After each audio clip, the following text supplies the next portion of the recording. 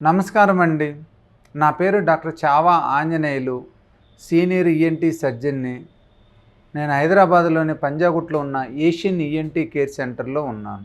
ఇప్పుడు నేను గురక మీద డిస్కస్ చేయబోతున్నాను. గురకను మనం ఎట్ట నివారించుకోవచ్చు? ఒకవేళ వస్తే ఎలా ఇమ్మీడియేట్‌గా తగ్గించుకోవాలనే దాని మీద డిస్కస్ చేయబోతున్నాను. అది చేసే ముందు అసలు గురక రావటానికి కారణాలేంటి అనేది ఒకటి డిస్కస్ చేద్దాం. సాధారణంగా గురక రావటానికి కారణాలు ఏందంటే, ముక్కులో గానీ, గొంతులో గానీ ఏదన్నా స్ట్రక్చరల్ ప్రాబ్లమ్ ఉన్నా, లేదా నెక్‌లో బాగా ఫ్యాట్ చేరి షార్ట్ థిక్ నెక్స్ అంటాం. అంటే ఒబేసిటీ ఉన్నోళ్ళలోను సాధారణంగా ఈ ప్రాబ్లమ్ గురకొస్తుందనమాట. అలాగే మోడరేట్ ప్రాబ్లమ్ ఉన్నోళ్ళు ఎక్కువ ఆల్కహాల్ ఇంటేక్ తీసుకున్నా కూడా ఈ గురకొచ్చే అవకాశం ఉంటుంది. ఎందుకంటే ఆల్కహాల్ తీసుకున్నట్లయితే మనమంతా రిలాక్స్డ్ ఫేజ్‌కి వెళ్ళిపోతాం. ఆ టైంలో మజిల్స్ అన్నీ లూజ్‌గా ఉండి ఆల్రెడీ ఏదన్నా కొద్దిగా థిక్నింగ్ ఉన్నా, నేరో ఉన్నా కూడా గొంతులో గురకొచ్చే అవకాశం ఉంటుందన్నమాట. సో మనం మెయిన్‌గా గురక తగ్గటానికి చిట్కాలు ఏం ఫాలో కావాలంటే ఫస్టు డైలీ ఆవిరి పట్టుకోవాలండి. ముక్కులో ఏదన్నా మ్యూకస్ సెక్రీషన్స్ ఉన్నా, డస్ట్ లాంటిది ఉన్నా కూడా పూర్తిగా పోవాలి. అలా పోనట్లయితే ఏమవుతుందంటే ఆ ముక్కులో డస్ట్ పార్టికల్స్ అవన్నీ ఇన్ఫ్లమేషన్ కాజ్ చేసి మ్యూకోజా ఎడిమేట్ అయ్యేటట్టు చేసి దాంతోపాటు అక్కడ ముక్కులో సెక్రీషన్స్ అక్యుములేట్ చేసి మనకు గురకొచ్చే అవకాశం చేస్తుందనమాట. సో ఆవిరి పట్టుకోవాలి. ప్రాణాయామం చేసుకున్నట్లయితే మనకు ఆ ముక్కు ఎప్పటికప్పుడు హెల్తీగా ఉంటా, దాంతోపాటు ఆ మ్యూకోజా అనేది హెల్తీగా ఉంటా అక్కడ సెక్రీషన్స్ అక్యుములేట్ కాకుండా మంచిగా మనకు బ్రీతింగ్ ఉంటుందన్నమాట. రెండోది ఏంటంటే మెయిన్‌గా మనం వెయిట్‌ని ఎట్టి పరిస్థితుల్లోనూ ఇంక్రీజ్ చేసుకోకూడదండి. ఒబేసిటీ అనేది వెరీ బ్యాడ్ అనమాట.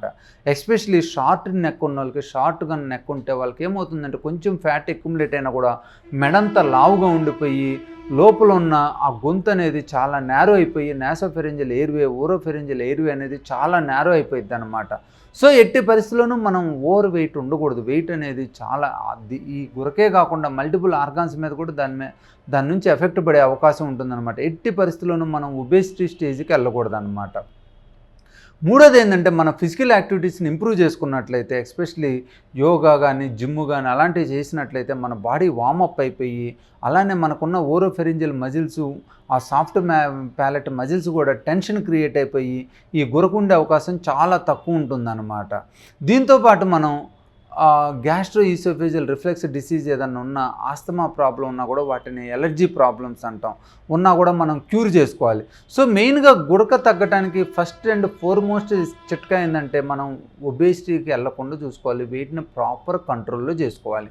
రెండోది ఏంటంటే ముక్కుని, గొంతుని ఎప్పుడూ హెల్తీగా ఉండాలి. Healthy airway అంటనమాట.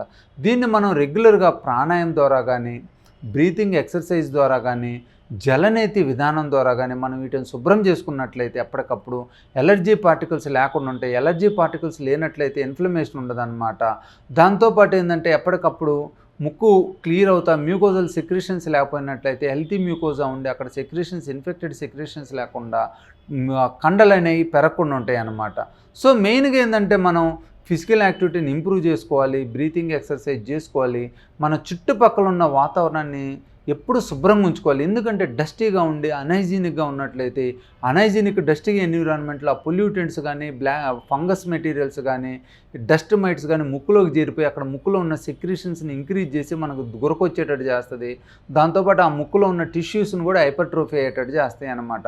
సో సాధారణంగా మనం ఏందంటే ఒబేసిటీ లేకుండా చూసుకుంటా, పొల్యూషన్ లేకుండా చూసుకుంటా, ముక్కుని ఓరల్, థ్రోట్ హైజీన్ని మంచిగా ఫాలో అవుతూ ఉన్నట్లయితే మనకి గురక రాకుండా ఉంటుంది.